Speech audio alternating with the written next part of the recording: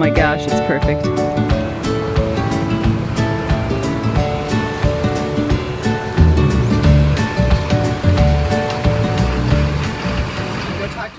Hello, friends, family, strangers who were somewhat weary about, but still excited that you've joined us on our journey.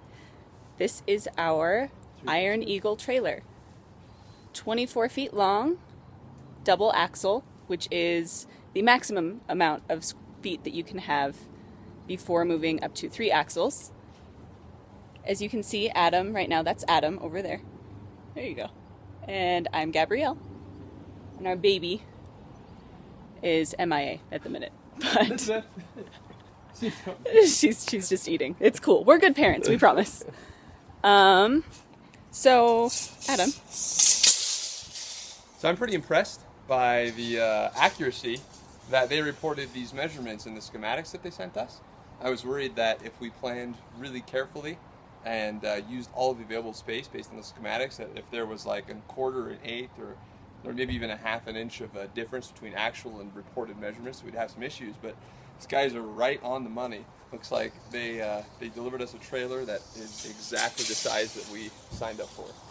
And something that we've been really pleased about, actually a main reason why we chose Iron Eagle over one of the tiny house trailer companies that's placed actually here in Utah where we live, is that their customer service is fantastic. They've answered every one of our phone calls. If they missed it, they either had us call back or they called us back. And the ones that we had here, like, they didn't even answer our phone calls, and we figured if they can't handle simple customer service, then there might be some things wrong with their trailer that we weren't really comfortable with. So we opted to get our trailer all the way from Springfield, Oregon. And at first we had a little bit of trouble figuring out how to get it here, but we ended up using a little online company called U-Ship. And it partners people who have towing capabilities with people who have towing needs, like us. So we were able to find someone, really nice guy, his name was Butch. He brought our trailer here. He got it through this grassy area, backed it up like a pro. It was fantastic, and helped us get it all set up. And we're really happy with the service of them, really happy with the service of Iron Eagle trailers. So let's move on to some of the specs of the trailer. Here are the wheel wells, and I'm sorry for the lighting here. But as you can see, there's an extra piece of flashing right here that's going to make sort of a barrier against any water, bugs, elements that could get in over the siding of our house. So it's just a little bit of extra insurance that our house won't be damaged at all by any weather. And let's see here. The wheels are nice and big. There are brakes on all 4 tires, as well as a brake box at the tongue, which just means, for those of you who don't know, that if the trailer were for some awful reason, if it were to become detached from our towing vehicle, then it would automatically stop and hopefully not damage too much in its path of destruction. Let's see what else. And as you can see, it's sunk in to the trailer, which allows for the subfloor of our tiny house to be sunk in just below the wheels a little bit, which means that we have an extra 3-4 inches of headroom, which is really important for my super tall husband over here. Babe, you're 6'2"? Yep. 6'2". Not conducive to a tiny house, but with the help of Iron Eagle, we are set.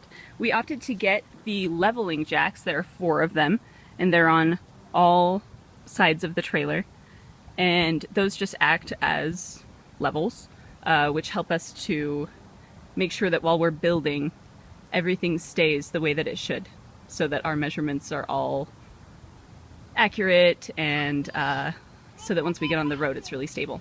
We're really excited about that too. These little flanges are nice because they give you something to rest on at the back and at the front of the trailer, but we have 3 out of 4 corners that have an issue. This one isn't exactly straight, so over on this side, the level of the flange is at or below the level of the cross beams. This is fine, but the piece kind of bends up like this as it goes, and so over here, it's bent up just a little bit and actually above the level of the cross beams. So we have to figure out how to deal with that. And then the other side, because the tongue of the trailer over there doesn't allow them to lower the flange below below the level of the cross beams. Both sides are about maybe, I don't know, maybe an eighth of an inch higher than the cross beams. So let's figure out how to cut our plywood to deal with that. So a couple of options that we're thinking of. We briefly considered hammering down this extra piece of metal, maybe putting a towel on top of it to make sure we didn't damage the trailer, but it seems as though the piece of metal is significantly stronger than the weld. So we are afraid that if we did that, it would actually just break off the piece of metal that's welded to the trailer. So that doesn't really seem like an option to us. The second option was, since this extra little piece of metal is above the level where we want our plywood, we thought that we would just figure out some way to just sliver off a little bit of plywood. And right now that seems to be our best option. But if anyone has any other ideas, we know Tiny Nest, another YouTube channel that goes through a build on an Iron Eagle trailer, had a very similar problem. So please feel free to offer any advice that you can think of. Go. So one of the issues that we ran into with leveling the trailer was that this cement pad right over here is actually not level. So two of the wheels were sitting about 2 inches higher than these other two wheels. So we had to figure out how to roll the trailer without a truck this way, like 6 feet, put some wooden boards down, and then roll the trailer back up. So we had this 4x4 we bought for construction. What we ended up doing is using it as a lever. So to give you an example, we just kind of throw it down here, put it up against the trailer, and Gabrielle and I would both push this way to get the trailer to roll. And it took us a while, but we were actually able to do it. So the trailer is completely level now. And we said to ourselves, Archimedes would have been proud of us in the way we're using our natural leverage here. Here are a few examples of everything we had to do to prop up the various sides of the trailer to compensate for the uneven ground that we're building on. So you can see there are a couple of 2x4s atop a 2x8 under the tongue, as well as a cinder block and another 2x4. Nothing under this side over here. And then the biggest feat of engineering that we had to come up with was this 2x4 atop a piece of plywood in order to ensure that the wheels on this side were propped up a little bit higher than the ones on the other side. But now it's completely level, and there was much rejoicing when we put the level on the trailer, and that little bubble fell directly in the middle of those two lines. So initially our thought was that we would buy the power tools that we need to get all the cuts done.